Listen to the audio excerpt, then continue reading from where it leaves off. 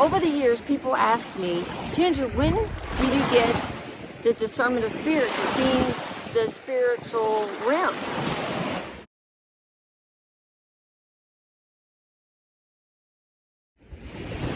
In 1986, I was around 15. I was in a car wreck. My friend and I on a Texas dirt road out in the country, bright sunny day.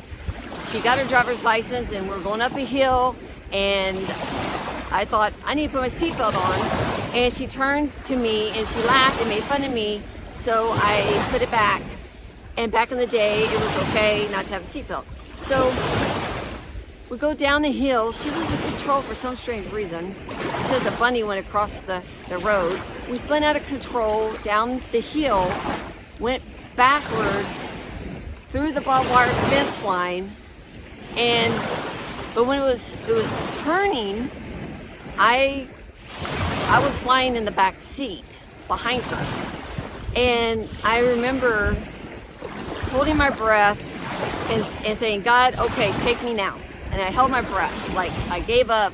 God, just take me, we're done. I am not gonna make it, because, you know, I'm flying in the back seat, and back in the day, in the front seat is kind of high. So somehow I flew in the back, and I landed diagonal, like towards the, behind the driver, where the door is, like a diagonal.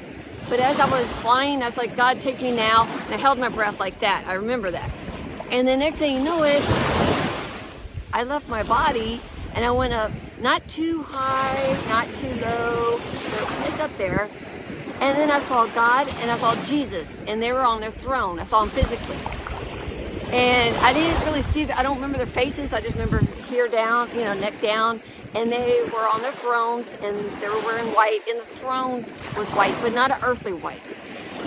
And God talked to me in an audible voice.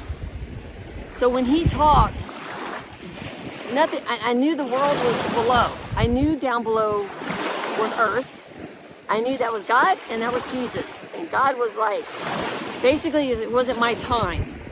And I was like, yes. I mean, when God talks, it's like, yes, sir. I mean, nothing else matters. When he speaks to you, you listen. You have that fear of God. And you know he's the boss of everything when he speaks. Audible voice. And no, I was raised that God did not talk to you from the throne, or you leave your body. None of this. This sounds crazy if I told church people. That's right. So when he said that, I went back into my body. The car had already stopped. I slowly opened my eyes, but before I did, I touched every part of my body to make sure it was intact. And I slowly opened my eyes, and I looked to the right, and right next to me was a telephone pole. The car's trunk, back in the day, the trunks were well made and big trunks, and it wrapped, you know, around the telephone pole. And our car, I think we were like this kind of, because we went down a hill. We're facing up the way we came. Wrapped around the telephone pole, and it was right there, back seat. And I'm like, what just happened? And the person who was driving was screaming the whole time. You know, I'm having a godly experience. You just got to shut that down. You got to shut out the noise when you pay attention to God and Jesus. And that's what I did. And there's a telephone pole. And a telephone pole. And I'm like, what? So we had to crawl out the windows, passenger sides.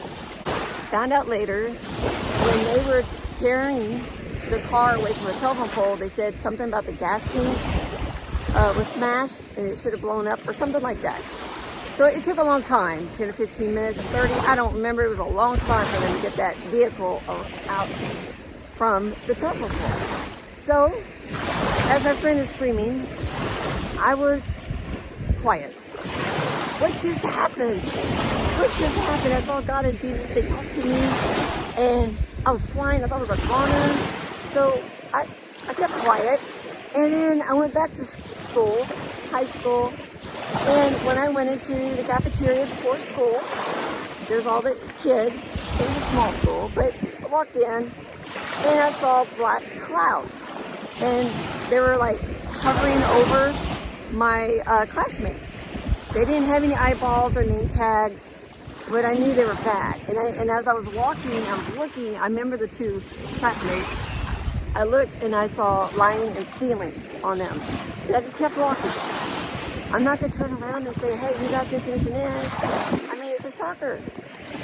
And then I went further and back, and then I looked up and I saw transparent white, like clouds, and they were moving around, and they're very busy, like the ceiling, a little bit higher, and they were busy, and I knew they were good. So I knew those were good, and the black clouds were bad. Now, take a step back.